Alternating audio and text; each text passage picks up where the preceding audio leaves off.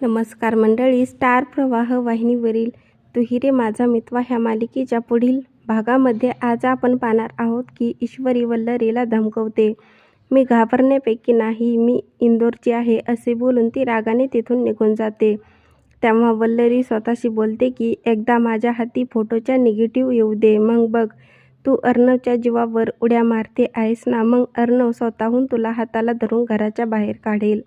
एकदा तुझ्या आईचे सत्य समोर आले म्हणजे सर्व घरचे हे तुला ह्या घरातून हकलल्याशिवाय राहणारच नाही. त्यानंतर आपण पाहतो अर्णव हा किरण नावाच्या एका मुलीशी फोनवर बोलत असतो आणि तेव्हा ईश्वरीच्या मनामध्ये संशय येतो आणि ती अंजलीकडे जाते आणि अंजलीला विचारते, अर्णव सर आणि तुमच्या कोणी किरण नावाची मुलगी ओळखीची आहे का? अंजली सांगते की किरण अर्णवची बेस्ट फ्रेंड आहे आणि किरण अर्णवला भेटायला येते आणि ते दोघेही एकमेकांना प्रेमाने मिठी मारतात.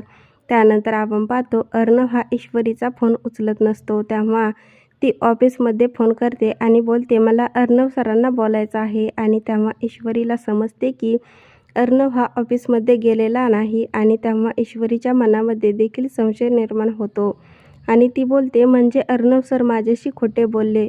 तर इकडे आपण पाहतो राजेश हा जुगार खेळत बसलेला असतो आणि त्याला वारंवार अंजलीचा फोन येतो आणि तो अतिशय चिडतो आणि त्याला अतिशय राग येतो आणि तो फोन उचलून मेसेज पाहतो तर त्याला खूप मोठा धक्का बसतो. आता पुढील येणाऱ्या भागामध्ये किरणच्या अर्णवच्या जीवनातील प्रवेशाने ईश्वरी व अर्णवमध्ये दुरावा निर्माण होणार का हे पाहणं खूपच मजेदार ठरणार आहे. तू ही रे माझा मितवा ह्या मालिकेचे नवनवीन अपडेट पाहण्यासाठी माझ्या चॅनलला लाईक करा, शेअर करा आणि सबस्क्राईब करायला विसरू नका.